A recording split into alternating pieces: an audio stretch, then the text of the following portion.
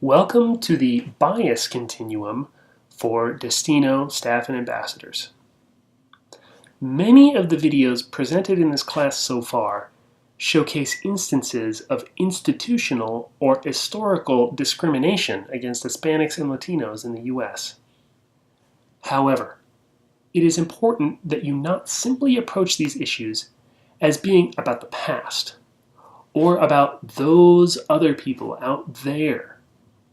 The reality is that issues of bias and discrimination continue to affect even crew, and they likely affect you personally as well. And if you think that this only applies to white majority culture people, you are wrong. The reality is, as a Destino staff or ambassador, you are likely to experience some prejudice from others, even in crew. And without some training, you might even enforce some prejudice yourself. So first, as a Destino staff or ambassador, you should learn how to spot biases in yourself. Second, I want to see every Destino staff and ambassador able to appropriately address these issues if you see them in others, whether they happen in your movement someday, or especially if you see them in other crew staff. Since Destino is the largest contextualized ministry in crew, both by scope, student involvement, and the number of staff and ambassadors, it is our collective responsibility to lead in this area and hopefully to bring about change. In crew's cultural competency training, you encountered something called unconscious bias, which is also known as implicit bias. The conscious versus unconscious distinction is helpful, but it should be pointed out that except for rare and extreme cases of racism, someone could be unconscious of their bias even as they are acting out on it. Since everyone has a culture, it is probably fair to conclude that everyone has a bias. This isn't necessarily a bad thing. In fact, it can be a good thing. For example, let's use a bias of mine. Since I'm unable to speak Portuguese, and since there isn't a statistically high number of Brazilian or Portuguese immigrants in the US, my bias is that most Destino staff and ambassadors in the US don't need to hear about the history of Portugal, even though I would most certainly agree that Destino is absolutely a great ministry for Brazilians and Portuguese who are living in the US. From a certain perspective, my bias might be a good thing. After all, if you and I had to learn everything there is about every Latin nature and culture in order to do Destino, we would both probably have a mental breakdown far before we ever started a movement. So, in the same way, culture gives us all a bias. And that might be a good thing in that it helps us screen out information and it can protect us from emotional and intellectual overload. But our biases can come at a price. They can disadvantage us in situations that are characterized by cultural diversity, and they can mislead us into thinking that problems lie with others instead of ourselves. It is helpful to think about bias as existing on a continuum. That allows us to talk about variations and degree of bias. The continuum starts on one end, which is labeled bias. I have already given a personal example of bias. However, when you and I begin to attach ethical judgments to our biases, we move on the continuum to a place that I've labeled here prejudice. So in general, I consider prejudice to be a bias with a misplaced ethical judgment attached. Obviously, there is a wide range of ethical judgments that somebody can make. If you think, for example, that Mexican busboys are bad if they don't speak English, you have attached an ethical judgment to the thought. So it would be more than just a bias. This would count as a prejudice in our definition. And again, you can be conscious or unconscious that you are doing this. But by our definitions, bias and prejudice are things that you can't observe. When your judgments begin to be something that you act on, you move ahead on the continuum to the next place, which is labeled discrimination. Discrimination is a legal term. It is something that can be proven or disproven in a court of law. Not going to a restaurant because you think the Mexican busboys are bad is an action that is based on a prejudice. So in that sense, you could consider it discrimination. But in a court of law, just this action would never be enough to hold up a case against someone for discrimination. That's because behaviors have to be maintained over time towards specific people or specific people groups before you can ever get enough evidence to actually build a legal case. So just as there is a wide range of ethical judgments from the not so severe to the very severe, the same is true with behaviors. Some are not so severe and some are very severe. And sometimes a behavior's severity is demonstrated when it is sustained over a long period of time. When someone has demonstrated a sustained pattern of discriminating actions and speech toward another ethnic group, we call that racism. It's obviously a terrible thing to be called a racist by this or frankly any definition.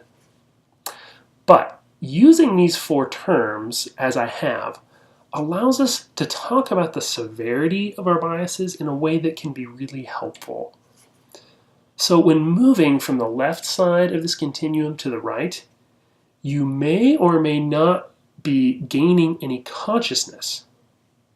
But ethically speaking, and in terms of the severity of your actions, you would definitely be moving in an unhealthy direction. Now, in 2017, independent research into the severity of bias at Crew, as perceived by Destino staff, revealed that most of the problem lies in this range here, between these lines. That is, Destino staff perceived that other Crew staff, including themselves, had attached some ethical judgments and occasionally demonstrated behaviors related to their biases. Again, this could be either conscious or unconscious.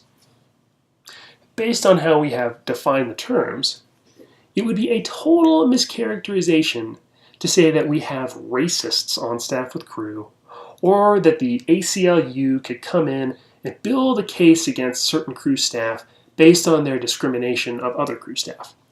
That would be calling things at Crew far too severe. However, the research pointed out some ethically questionable judgments and a few observable behaviors among Crew staff. These behaviors are typically what we call microaggressions. Microaggressions can be defined as commonplace verbal or behavioral indignities, whether intentional or unintentional, which communicate hostile, derogatory, or negative racial slights and insults. Microaggressions are more about perception than intent. Sometimes simple and honest questions like, "Where are you from?" or "Do you speak Spanish?" can be interpreted as microaggressions, even if you don't intend them to be. Other research gives some helpful language for describing microaggressions by dividing them into categories. These categories can help explain what was observed at Crew. The first is called micro-insults. These are behaviors or verbal remarks that convey rudeness or insensitivity and demean a person's racial heritage or identity. These are often unconscious. The second is called micro-invalidations. These are verbal comments or behaviors that exclude, negate, or nullify the psychological thoughts, feelings, or experiential realities of a person's color. Again, these are also often unconscious. These are probably the two biggest categories to be on the lookout for as you do Destino and as you look inside yourself. Microaggressions are similar to paper cuts. One or two paper cuts are an annoying distraction, but get enough paper cuts and you can bleed to death. In the same way, a few microaggressions might roll off someone's back, but many will start to cause emotional and even spiritual death. And of course, how many microaggressions qualify as a few or many will vary from person to person. You can find many examples of the kinds of micro-insults and micro-invalidations that might manifest in a Destino context in one of our course texts, Make Your Home Among Strangers. Of course, the book also contains some more severe behaviors and more severe ethical judgments that would probably land on our bias continuum as instances of discrimination as well. So, what can you do about microaggressions? First, try taking an unconscious bias assessment yourself. You'll find a link in this video to a website at Harvard University called Project Implicit, where you can take several tests that can help your awareness of your own unconscious or implicit bias. I recommend you look at the skin tone test. Second, remember the growth model we practice at Crew. Growth equals grace plus truth over time. This video has a definite truth orientation to it. But in order to grow, you need to give grace to yourself and to others.